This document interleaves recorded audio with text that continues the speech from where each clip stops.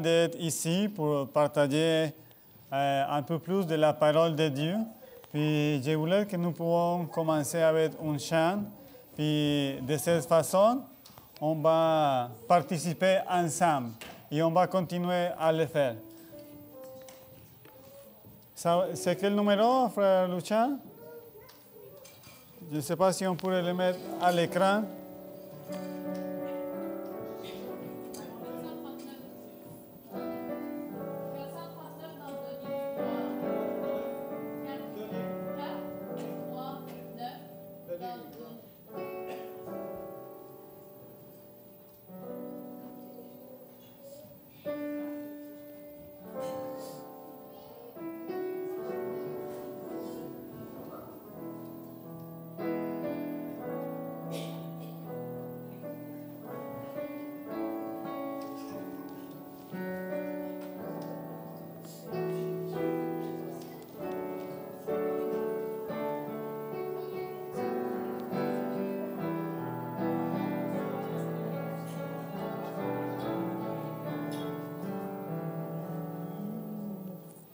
Chaque temps, Dieu qui passe, et toi seul, je puis me confier. Oh Jésus, que jamais rien ne lasse, soutiens-moi, viens me vivifier. Et ton corps si tendre,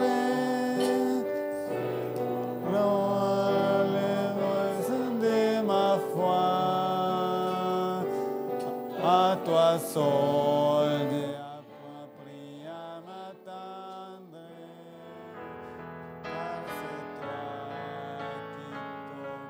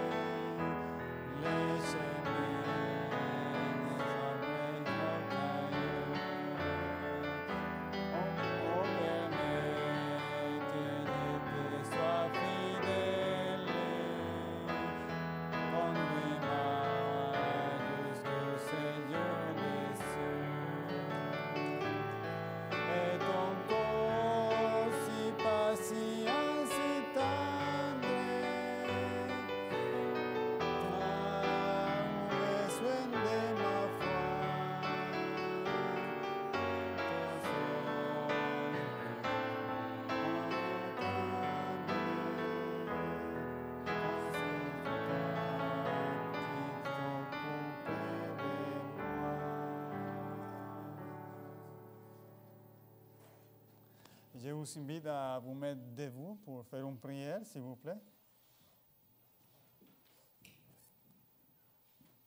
Prions. Notre Dieu, notre Roi des rois, notre Seigneur des seigneurs, on est devant toi pour apprendre plus de toi. Nous te prions, s'il vous plaît, de nous accorder la grâce de ton Saint-Esprit pour que ce message puisse être compréhensible pour nous, que nous pouvons voir la grâce de ton amour et que nous pouvons être prêts aussi pour partager notre foi avec les autres qui ne te connaissent pas. Reste avec nous et merci de nous avoir donné ta parole pour apprendre et pour comprendre mieux c'est quoi que tu as fait pour chacun de nous, que c'est seulement le Dieu Tout-Puissant qui peut nous sauver. Nous te prions dans le puissant nom de Jésus. Amen. Prenez place, soyez confortables. Aujourd'hui, la partie suivante de mon séminaire, c'est l'unité. Mon micro, plus en haut. Est-ce que c'est mieux maintenant? Pas encore? Je pense que c'est le micro. Non, c'est correct. Ah, maintenant c'est mieux? Ok. Super, vous m'entendez mieux maintenant? Oh, malheureusement, il n'y a pas une grosse voix, mais je vais faire mon mieux. Et je vous parlerai aujourd'hui de l'unité parfaite de l'humain et du divin en Christ. Vous le savez, c'est toujours un mystère, mais quand même, Dieu nous a révélé des choses importantes et c'est nécessaire que nous puissions bien y comprendre parce que c'est avec notre esprit conscient qu'on peut témoigner de notre foi. Je vais partager aussi le diaporama pour vous autres. Le thème de l'unité parfaite de l'humanité et du divin en Christ est fondamental pour comprendre le plan du salut. C'est très important pour nous, mes frères et mes sœurs, comprendre ce sujet-là, parce que c'est fondamental pour le salut éternel. Puis malheureusement, vous savez, il y a au long de l'histoire, il y a une grosse bataille par rapport à la nature humaine et divine de Jésus. Puis ça se remonte assez loin dans l'histoire du christianisme, même au premier siècle. Ça a été déjà commencé un gros débat. Il y avait un monsieur qui s'appelle Ariot. Puis il a commencé à dire que Jésus n'était pas humain. C'est juste pour vous raconter une histoire. L'Église était divisée, vraiment divisée. L'Église, on pourrait dire l'Église apostolique. Ça a été commencé à se diviser à cause de ça, parce qu'il y a de certains qui disaient que Jésus était simplement un ombre, une apparence, un homme régulier. Il y avait tellement de différentes affirmations. Mais il y a eu de celles et ceux qui affirmaient que non, Jésus était Dieu, il était homme en même temps. Puis c'est pour vous dire, il y a une grosse division et une petite histoire que je peux vous raconter, c'est que les arianistes qui niaient l'existence de Christ tellement comme le Dieu Tout-Puissant, ils se sont divisés, puis il y avait de grosses influences. Il y a une anecdote intéressante qui était arrivée, c'est que c'était encore l'Empire romain. Je ne me rappelle pas exactement le nom de l'empereur en ce moment, mais son fils est devenu malade, très malade. Puis, à ce moment, lui était à favor de ceux qui disaient que Jésus n'était pas un vrai Dieu, que Jésus était simplement un homme, puis ça a été avec les arianistes. Mais il y avait un prêtre qui croyait que Jésus était le vrai Dieu. Mais c'est un monsieur très sérieux, très pieux, très consacré. Puis il avait un discours quand même éloquent et puissant. Puis il a dit, si tu pries pour mon enfant et mon enfant est guéri, je vais croire à ce que tu dis, que Jésus est Dieu, je vais croire à la Trinité. Ça a été un gros défi de foi quand même, mais cet prêtre allait prier pour cet enfant et cet enfant a été guéri. On sait que c'est Dieu qui opère les miracles parce que ce sont des choses que Dieu donne aussi l'opportunité pour que nous pouvons croire. Vous le savez, mes frères, si au moment donné de votre vie, pour votre foi, pour votre salut, vous avez besoin de l'intervention divine par milieu d'un miracle puissant ou d'un petit miracle que des fois on a la tendance à appeler des petits miracles. Mais si nous avons besoin de ça, Dieu va nous accorder ça, parce que Dieu a la puissance de le faire. Et Dieu va rien laisser de faire pour notre salut, parce qu'il a déjà payé le plus gros prix. C'est comme j'ai dit, s'il y a quelqu'un qui m'a déjà donné $1 million pour finir un projet et je vais lui demander $5,000 de plus, il voit que ça progresse, il va le donner. C'est rien donner 100 000 comparé à 1 million. Et c'est par rapport à notre foi, nous pouvons avoir cette assurance. Il y a un verset que vous le voyez affiché à l'écran, c'est Colossiens 2:9, et ça nous donne d'une façon catégorique cette définition. Car en lui habitait corporellement toute la plénitude de la divinité. Dieu a été manifesté en chair. Ça a été vraiment Dieu. Mes frères et mes sœurs, des fois, nous lisons ça, puis nous passons au verset suivant. Mais je vous invite vraiment à réfléchir, c'est quoi toute la puissance et la plénitude de la divinité? Vous le savez, c'est le Dieu tout puissant et tellement puissant parce que pour nous, pour construire n'importe quelle chose, nous avons besoin de matériaux primes, du bois, l'ordinateur, il a différentes parties, mais on a besoin de matériaux. Il y a aussi différentes personnes qui vont travailler parce que ce n'est pas non plus une seule personne qui est capable de construire la vie, le système opératif, les différentes pièces de la machine. Ça prend besoin. Mais quand nous parlons du Dieu Tout-Puissant, c'est un Dieu qui est capable de parler et de créer du rien. On n'arrive pas à comprendre ça. Ça c'est trop pour notre petit cerveau. Ça c'est vraiment trop parce que ça c'est pas juste simplement un ordinateur.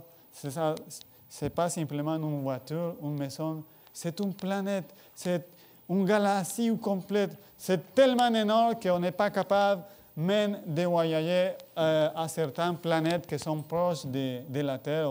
On voyage à la Lune, mais ce n'est pas tout le monde non plus qui est capable d'y aller. Puis, c'est la grandeur de ce Dieu. Puis, ça, c'est vraiment un mystère qui s'est caché dans un corps humain. Mais c'est savoir qu'il a resté toujours Dieu, mais il a devenu aussi complètement humain. J'aime bien ce que la théologie appelle l'union hypostatique, que ça veut dire deux natures inséparables en une seule personne. Ce sont des choses que des fois on ne comprend pas trop, mais c'est savoir qu'il avait deux natures dans la personne de Jésus, mais ça n'était pas inséparable. Il était en même temps humain, il était en même temps Dieu. Pierre Lemoyne a indiqué, je voulais partager cette citation, prenez le temps de le lire avec moi aussi. Ça dit comme ça.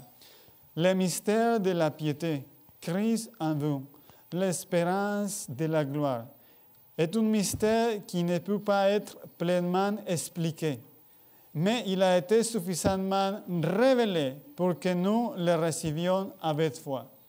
Ça demande toujours la foi, mais nous avons quand même les évidences nécessaires pour l'accepter et pour savoir, oui, ça c'est vrai. C'est le mystère de la piété, c'est le mystère de l'amour, c'est le mystère de la grâce que Dieu va nous faire, nous va sauver par un moyen que ce n'est pas assez facile à comprendre, mais que nous pouvons le réaliser, que nous pouvons le constater pour nous-mêmes, parce que dans nos vies, nous pouvons aussi constater cette puissance salvatrice, cette puissance transformatrice dans nos vies.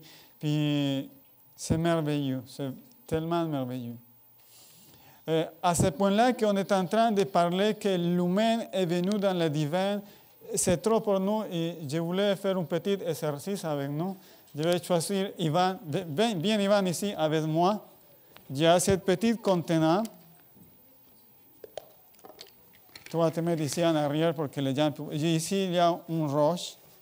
Regarde, le défi, c'est que tu mets la roche dedans et que tu fermes le contenant sans briser le contenant. Tu vas essayer. Briser la roche, je peux. Hein?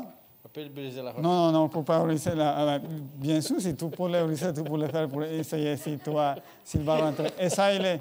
Impossible. C'est impossible, hein? Oui, impossible.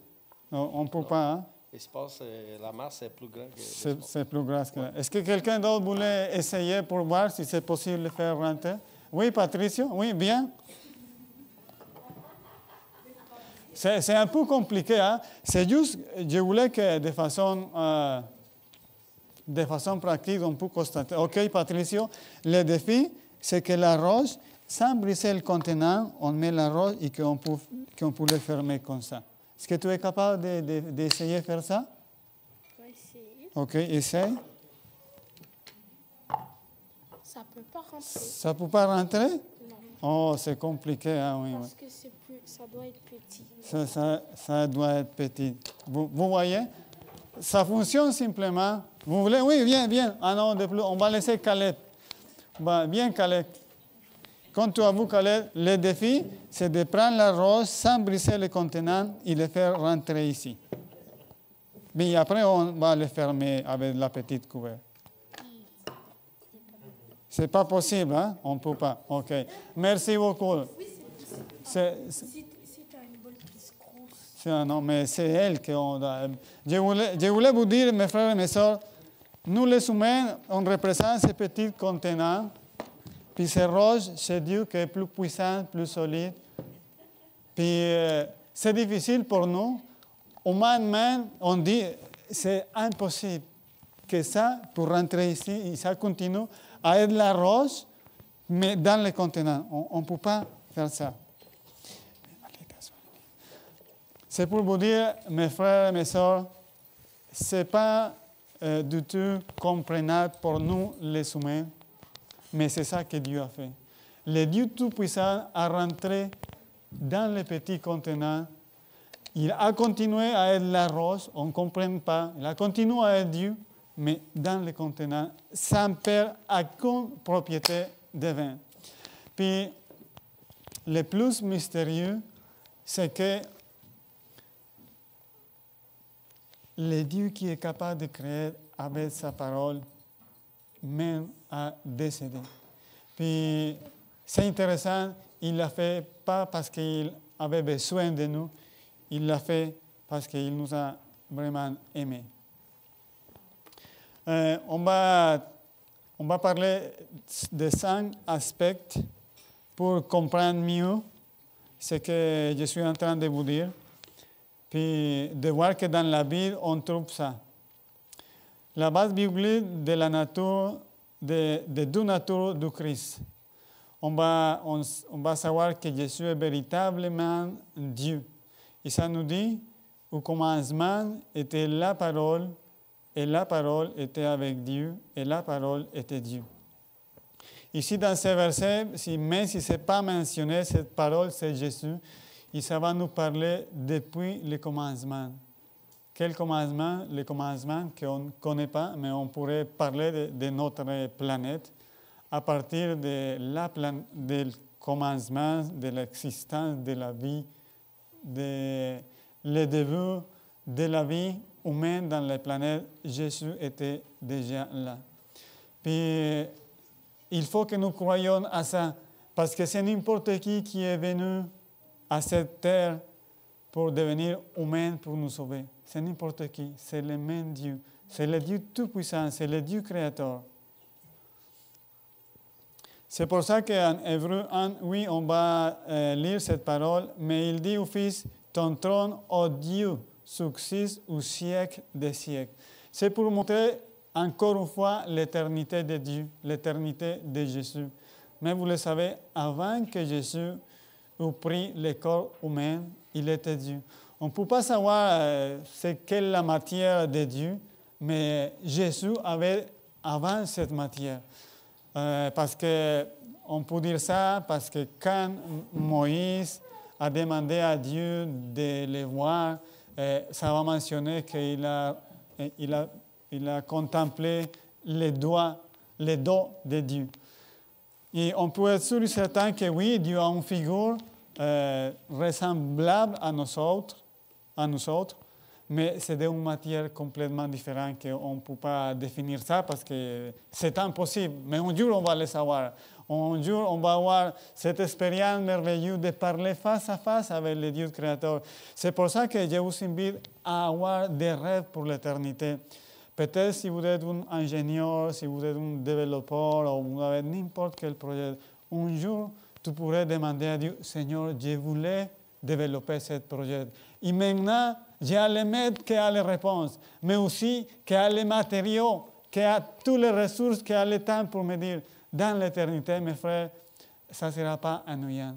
On va avoir des projets à l'infini. On pourrait faire des créations qu'ici, par terre, on ne peut pas faire parce qu'ici, la pollution, la manque de ressources. Mais là-bas, on va avoir tout. On va avoir tout ce qu'on a besoin pour faire ça. C'est pour ça qu'on a besoin d'avoir des rêves pour l'éternité. Parce qu'avec ça, on va avoir envie de nous préparer et de connaître plus ce Dieu merveilleux qui nous était révélé dans la parole de Dieu, dans la puissante parole de Dieu que nous avons avec nous. Parce que vous le savez, Satan a essayé de détruire la parole de Dieu par tous les moyens, mais elle a subsisté jusqu'à nous aujourd'hui. Je vous le dis, maintenant j'ai un peu la chance et la difficulté en même temps d'étudier les langues anciennes. Et c'est très difficile, c'est très compliqué pour nous, c'est complètement différent. Mais c'est un miracle que nous pouvons avoir la parole de Dieu dans une langue qu'on peut la comprendre. Et c'est le message est là, le Dieu d'amour est là. Et ce que je suis en train de partager avec vous autres, on peut le trouver aussi dans les langues originales de l'hébreu et du grec. Le message n'était pas partout parce que c'est le Dieu Tout-Puissant qui nous transmet son message. Il ne va pas permettre qu'on soit trompé, que ça soit adultéré. Je trouve ça que c'est magnifique et ça c'est juste pour la gloire et la puissance de Dieu. Je voulais souligner créateur et soutien de toutes choses, car par lui ont été créées toutes les choses dans les cieux et sur la terre, les visibles et les invisibles, trône, domination, principaux et autorités, tout a été créé par lui et pour lui. Ici, ce verset va nous souligner, il va amener plus de puissance à ce titre de créateur, les choses visibles et les invisibles.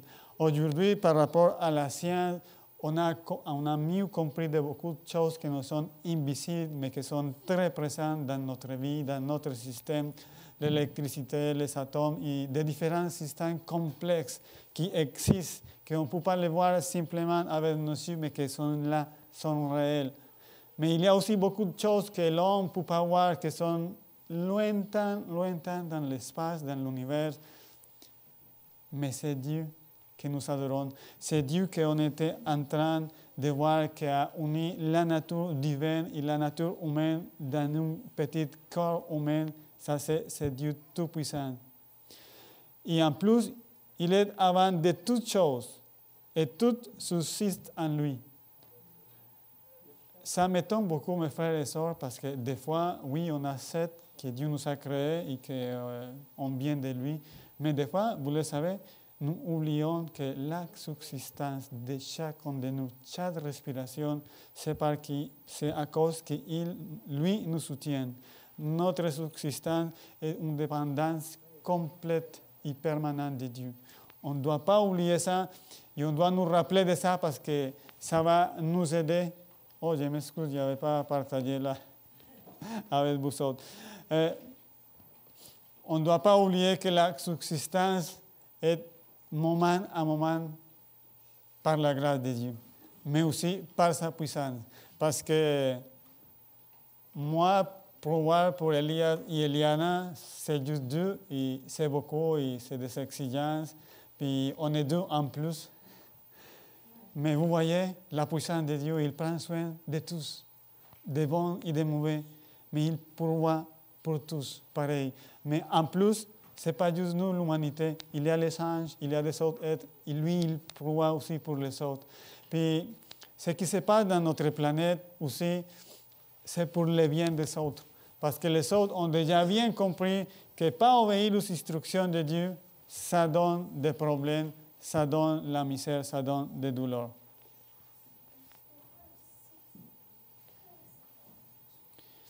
On va voir un petit peu un aspect que nous avons abordé hier aussi. Jésus est véritablement un homme aussi, en même temps. Puis on voit les évidences. Voici, la Vierge concevra et donnera naissance à un fils. Il va souligner, ça va être un fils, ça va être un homme né d'une femme. Puisque les enfants ont participé à la chair et au sang, lui aussi a participé de la même manière. Vous le savez, dans les conflits, dans le bien et le mal, je l'avais mentionné hier, mais je me donne la peine de le mentionner aujourd'hui. Satan est en train d'accuser, et Dieu se fait accuser devant lui que ça doit être impossible de l'obéir, de la garder. Mais Dieu, avec nous, en chair, même que nous, sans aucun avantage, et à rester obéissant au Père. Puis ici, on peut constater des différences versées dans la Bible. Il a eu faim, il a été attristé, même il a pleuré. Mais en même temps, ce monsieur qui se fatiguait, il faisait témoignage des pouvoirs surnaturels. Il a calmé la tempête dans la mer, il a ressuscité des morts, il a pardonné aussi les péchés. Vous le savez, quand nous voyons l'histoire des grands prophètes, de Moïse et tout ça, jamais l'adoration c'était une chose qui était acceptée comme Dieu. Mais Jésus acceptait l'adoration en signal que oui, il lui reconnaissait, il lui savait qu'il était Dieu. Mais il a aussi donné des évidences externes en ressuscitant les morts et en faisant des autres miracles que juste Dieu pouvait les faire. Mais mes frères et mes sœurs, les miracles, ceux qui voulaient l'accepter, ils vont l'accepter. Ceux qui vont rejeter, vont rejeter. Ellen White a dit que Christ était Dieu manifesté en chair. Il était dans la forme de Dieu, mais ne considérait pas être égal à Dieu comme quelque chose à quoi s'accrocher.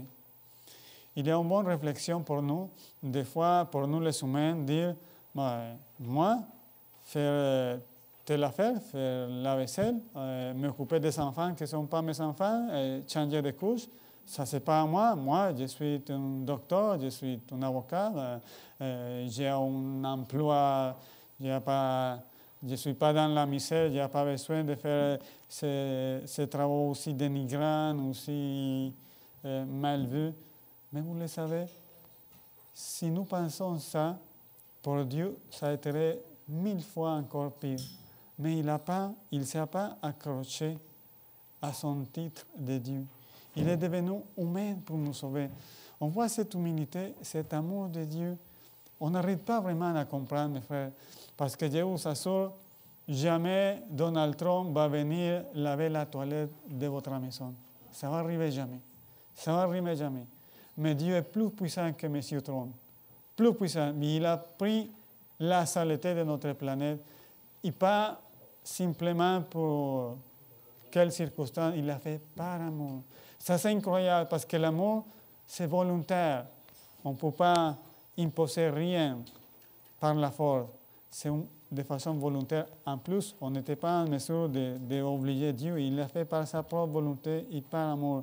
C'est incroyable qu'il n'a eu pas aucun statut pour dire « Moi, c'est Dieu, je suis capable de créer une nouvelle planète, de nouvelles gens obéissants. » Il nous a choisi à nous. Et vous savez une chose, il a choisi aussi de rester avec la figure humaine pour l'éternité.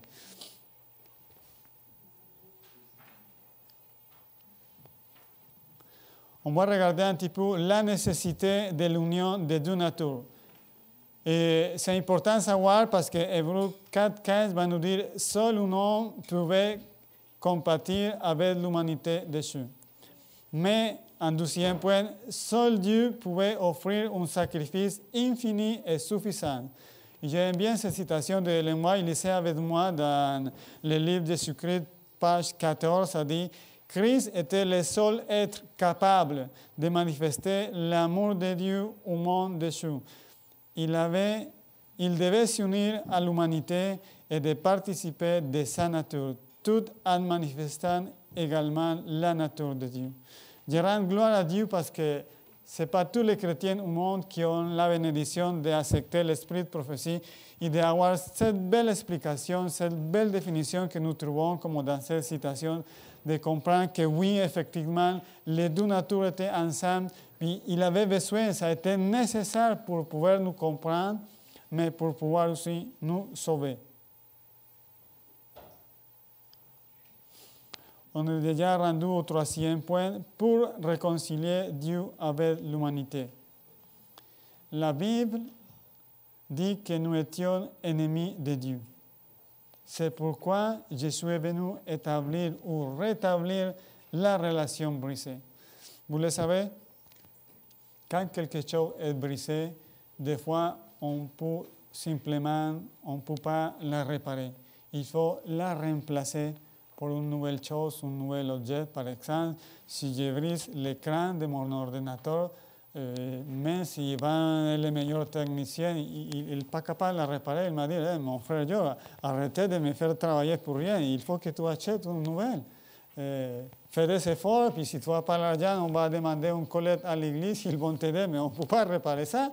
Il faut acheter une nouvelle. Notre situation était désespérée, mes frères. On ne pouvait rien faire, mais Dieu est puissant. Pour lui, était possible. Il l'a fait.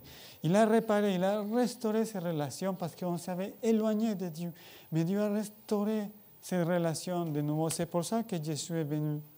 C'est vrai, divin s'est accroché au trône de Dieu.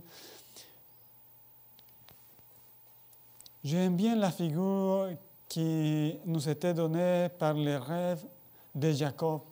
C'est un escalier qui commençait dans la terre, mais qui arrivait jusqu'au ciel. Et les anges de Dieu descendaient et montaient par cette échelle.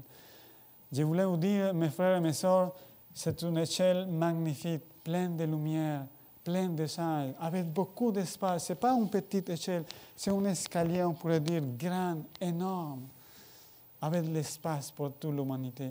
Puis ça représente Jésus qui est capable de nous supporter et qui a cette lumière et qui voulait amener cette lumière à notre vie aussi. Et Ellen White l'a dit, l'humanité de Christ embrassait l'humanité de Dieu, tandis que sa divinité s'accrochait au trône de Dieu. Comme au Fils de l'homme, il nous a donné l'exemple d'obéissance. Comme au Fils de Dieu, il nous a donné le pouvoir d'obéir. C'est magnifique. C'est vraiment magnifique. J'aime bien cette citation parce que ça nous fait comprendre qu'il a augmenté l'exemple. C'est pour ça que ça a été nécessaire qu'il devienne homme et qu'il continue à être Dieu, comprenez-vous? Parce que d'un côté, il nous donne l'exemple pour obéir, mais de l'autre côté, il va aussi nous donner le pouvoir d'être capable d'obéir. Seul le Dieu homme pouvait offrir un sacrifice expiatoire efficace. Un ange ou un être humain parfait ne pouvait pas sauver. Ça n'était pas suffisant. Maintenant, on va voir les voiles de la divinité. Comme on a parlé tantôt, c'est Dieu Tout-Puissant qui a créé l'univers entier, incluant notre vie, notre planète. Il ne pouvait pas non plus se présenter avec sa gloire divine. Et je voulais que nous pouvons lire ça ensemble aussi. Christ a caché sa gloire divine, revêtue de sa nature humaine. Il n'a pas cessé d'être Dieu, mais il a choisi de vivre comme un homme dépendant du Père. C'est merveilleux. Même si il était Dieu, tel qu'homme, il a vécu une vie en dépendance du Père. Puis vous le savez, Ellen White va dire, avec la communion que Jésus avait développée avec le Saint-Esprit, Dieu lui révélait les projets pour la prochaine journée. C'est quoi qui va arriver demain. Il les savait déjà à l'avance. Nous pouvons avoir cette expérience aussi, mes frères et mes sœurs, que le Saint-Esprit peut nous révéler c'est quoi qui va arriver demain. Que nous pouvons avoir cette relation. C'est pour ça aussi que Jésus est venu, parce qu'il nous a donné l'exemple. Il a aucun avantage différent ou meilleur que nous dans la même condition. Lisons la suivante citation dans le message choisi aussi. Bien qu'ayant revêtu la nature humaine, Christ était rempli de divinité. Il était véritablement le Fils de Dieu. Cependant, il s'était humilié lui-même, cachant les attributs de la divinité et a pris la forme d'un serviteur. Parce que Dieu ne pouvait pas s'humilier plus un serviteur. Vous le savez, quand nous cherchons les originaux de ça, ça veut dire l'esclave. Vous savez, les esclaves, à l'époque de l'apôtre Paul qui a écrit cette lettre, les esclaves, ils n'avaient pas de droit. Ça a été considéré une propriété, comme mon ordinateur pour moi, j'ai fait ce que je veux avec. Puis les esclaves étaient comme ça. Et c'est ça que Jésus a fait. Il est devenu un esclave. Il a perdu sa liberté, ses droits, puis il s'est laissé faire. Et on connaît bien l'histoire, finalement, il était décédé sur la croix.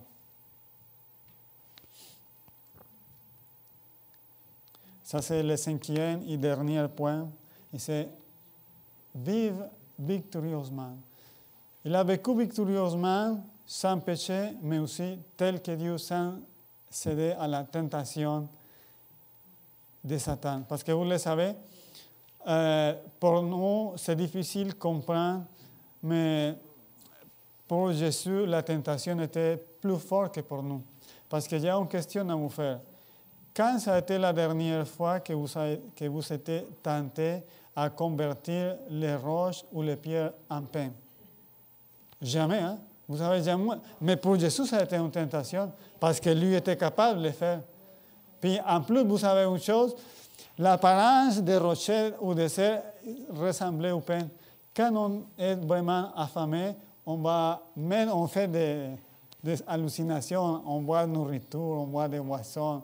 Mais c'est pour ça que Satan a mis cette tentation. Des fois, on pense que les tentations, ça a été quelque chose de facile pour Jésus. Non, ça a été dur, ça a été sévère.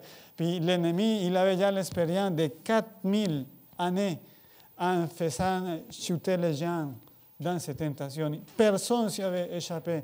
C'est pour ça qu'il restait complexe. Il était vraiment pas content. C'est pour ça que aussi dans la Bible, on va trouver beaucoup de possessions démoniaques parce que Satan se manifestait avec puissance. Il était en colère, il voulait détruire parce qu'il était capable, il n'était pas capable de tromper Jésus. Mais Jésus a vaincu. C'est pour ça que vivre victorieusement à partir de la naissance jusqu'à la croix, ça a été quelque chose qu'on va continuer à apprendre des détails même pendant l'éternité. Même pour les anges qui ont une capacité intellectuelle beaucoup, beaucoup plus que nous, ça continue à être un mystère pour nous, ce que Jésus a fait. Mes frères, soyons reconnaissants de notre Sauveur. Soyons reconnaissants des messages que nous avons. Soyons aussi fiers de que nous avons un Sauveur qui nous aime. Soyons fiers de partager avec les autres en qui est-ce que nous croyons. Je vous le dis, mes frères, on ne doit être pas timide, demandons à Dieu qu'il nous donne cette grâce, cet amour, comme nous a parlé le frère Paul au matin, que nous pouvons apprendre que l'amour doit se projeter vers les autres, pas pour nous, parce que quand l'amour vient pour nous, c'est égoïste, ce n'est pas la bonne manière. Puis c'est aimer comme Dieu a aimé. La façon comme Dieu aime, c'est en donnant. Il nous a donné la planète. Aujourd'hui, les gens, il y a de grosses discussions par rapport à les énergies fossiles, mais depuis la création, le soleil brille sans contaminer et sans avoir problème de base d'énergie, sans avoir problème de consommation pour les hommes, pour les arbres, pour les animaux. Il y a en abondance. Nous avons un Dieu riche en beauté, en puissance. Il nous a donné la planète avec toutes les ressources en abondance. Et c'est ça qu'il est en train de faire pour nous. Ça, c'est sa promesse. Nous donner cette planète régénérée en nous donnant un corps nouvel parce que la chair que nous possédons aujourd'hui, on n'est pas capable de voyager à la vitesse de la lumière, on serait complètement désintégré. Mais il va nous donner une matière humaine différente, résistante à la vitesse. On pourrait même se promener en face et à l'intérieur du soleil. Il va y avoir rien d'impossible pour nous parce que Dieu est tout puissant. Et cette victoire, nous pouvons aussi la avoir. Cette victoire sur le péché, cette vie victorieuse, nous pouvons aussi la vivre avec la puissance de Jésus.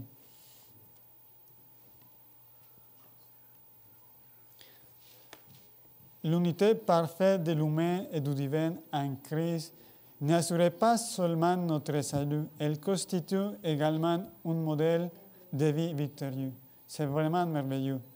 C'est très intéressant. Cette réflexion que je vous apporte, c'est pour que nous pouvons être conscients que oui, c'est possible pour nous aussi la victoire. Ce n'est pas quelque chose d'impossible, c'est réel. Et ce n'est pas par notre force, c'est par la grâce de Dieu. Jésus a vécu comme homme en dépendance totale de son Père. Nous pouvons faire la même chose, mes frères. Ce n'est pas quelque chose d'impossible. Ce n'est pas quelque chose de mauvais non plus. C'est gratifiant, c'est magnifiant. Apprendre à vivre en dépendance de Dieu. Oui, c'est un apprentissage. Oui, on va chuter, on va se tromper. On va tomber encore dans les péchés, même si nous sachons et nous savons ces choses. Mais ce n'est pas grave. Continuons. Donnons nos faiblesses à Jésus. Il est capable de la changer. Il n'a pas utilisé un pouvoir inaccessible à notre foi. Sa victoire est aussi notre victoire. Est-ce que vous croyez que Jésus a vécu sans péché? Levez la main si vous croyez à ça. Je voulais voir que vous levez la main. Est-ce que vous croyez que Jésus a vécu sans péché? Levez la main, soyez pas gênés. OK, amen. Il faut croire d'abord que nous aussi, nous pouvons vivre sans péché, que nous pouvons avoir une victoire. Mais sachons que ce n'est pas par notre force. C'est à cause que Jésus a eu la victoire. Nous pouvons aussi l'avoir. Je voulais partager quelques citations encore de Ellen White. Il nous dit « Le savoir a pris sur lui la nature humaine avec ses faiblesses et a été tenté en tout selon notre ressemblance, mais n'a jamais péché. Dépendant constamment du pouvoir divin, il a vécu à notre faveur. » C'est merveilleux. Jésus n'avait pas besoin de la victoire pour lui-même. Il était déjà Dieu, il était déjà tout-puissant, il n'a pas changé, mais cette victoire, c'est pour nous. C'est pour ça que je vous ai dit tantôt, la victoire de Jésus, c'est la nôtre aussi. Parce que ça, c'est la garantie qu'un jour, nous pouvons être dans l'éternité. C'est quoi être dans l'éternité? Être avec une vie où il ne va pas avoir la maladie, pas de souffrance, pas de mort, pas de douloureuse séparation, pas de problèmes financiers. Rien de les choses mauvaises ici vont être dans l'éternité. Et en plus, on va avoir ce privilège de connaître Dieu et de le remercier pour l'éternité, pour ce qu'il a fait pour nous. Dans le message choisi, ça va nous dire aussi le pouvoir divin combiné à la nature humaine est le seul qui puisse obtenir la victoire sur le péché. Mes frères et mes sœurs, si on n'apprend pas cette dépendance, on ne va pas avancer. Mais soyons sûrs, avec l'humanité, on peut recevoir la force divine pour avoir une victoire totale sur le péché.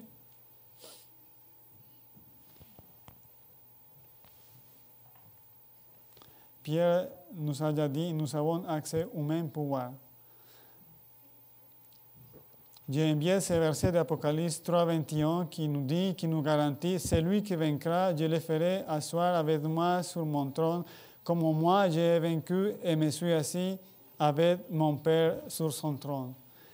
Des fois, quand nous regardons notre vie, quand nous regardons la souffrance, pour beaucoup d'entre nous qui on est dans la foi adventiste et qu'on attend depuis petit que Jésus va revenir, on commence à être fatigué parce que les années passent et Jésus ne revient pas et on dit, mais est-ce que ça va arriver finalement un jour? Mais quand on lit la parole de Dieu, on croit à ce que la parole nous dit et on croit, oui, Jésus est là. Jésus s'est assis à la droite de Dieu et on sait que Jésus est là. Oui, et un jour, toi et moi, nous pouvons être là aussi. Ça, c'est une assurance. On ne doit pas s'en douter de ça. Je sais que vous êtes fatigué, je ne voulais pas vous tenir long, on va clôturer ça rapidement. Il y a assez de diapos pour réfléchir à tout ce que je vous avais dit en quelques mots. L'unité parfaite de l'humanité et du divin en Christ est le corps de l'Évangile. Elle nous assure. Il nous assure quoi? Que Jésus comprend nos luttes. Oui, Jésus te comprend. Jésus me comprend. Mais aussi qu'il a le pouvoir suffisant pour nous sauver. ça ne manque pas le pouvoir à Jésus pour nous sauver. Mais aussi, regardons cette dernière partie, que nous pouvons vivre victorieusement par sa grâce. Ça, c'est justement par sa grâce. Ça, ce n'est pas par rapport à nos mérites ou à nos forces. C'est par la grâce de Dieu. Ellen White a résumé aussi, Christ est revêtu d'humanité afin que l'humanité puisse être revêtue de divinité. C'est un mystère qui nous invite à faire confiance, à adorer et à dépendre de Christ, qui reste aujourd'hui notre représentant au ciel et continuera à être uni à l'humanité pour l'éternité. Que Dieu puisse nous bénir, mes frères et mes sœurs, que notre foi puisse se solidifier de jour en jour et que nous pouvons étudier plus la parole de Dieu, parce que chaque fois que nous étudions, notre connaissance se solidifie, mais aussi notre foi. Que Dieu puisse nous bénir et que nous continuons avec foi et avec une espérance solide. Ce n'est pas en vain que nous croyons, puis c'est vraiment avec joie que la victoire nous est assurée, parce que oui, Jésus est ressuscité des morts, puis oui, Jésus est au ciel, et oui, un jour, nous pouvons être là aussi avec lui pour l'éternité. Que Dieu vous bénisse. On va avoir une dernière chance pour finaliser.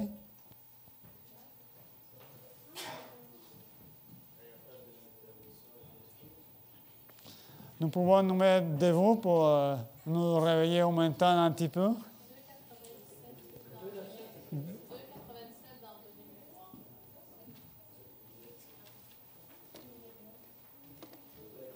2, 8, 7, de donner l'igual.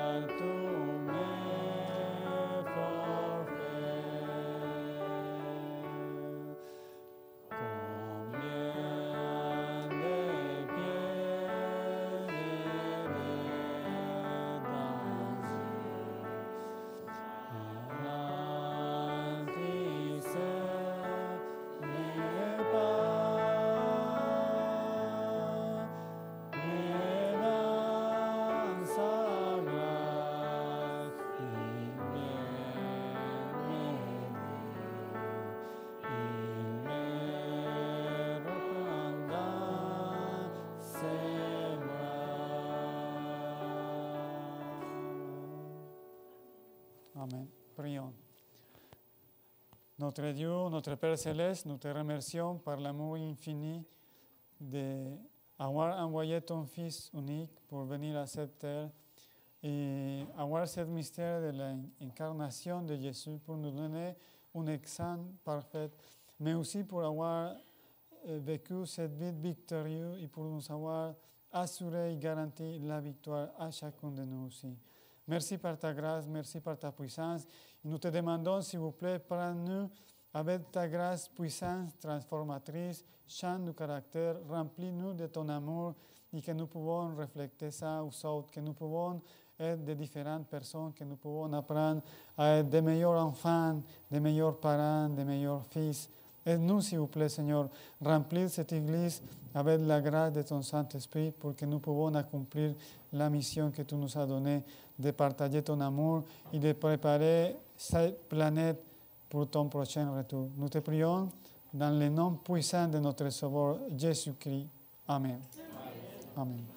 J'ai juste à vous annoncer, le prochain sabbat, je vais avoir la troisième partie, que c'est les offices de Jésus, tel que roi, tel que prophète et tel que sacrificateur. Puis si vous avez des questions, il y a des gens qui sont intéressés à poser des questions avec ça, vous pouvez rester, j'essaierai de répondre à vos questions, sinon vous êtes libre, vous pouvez partir.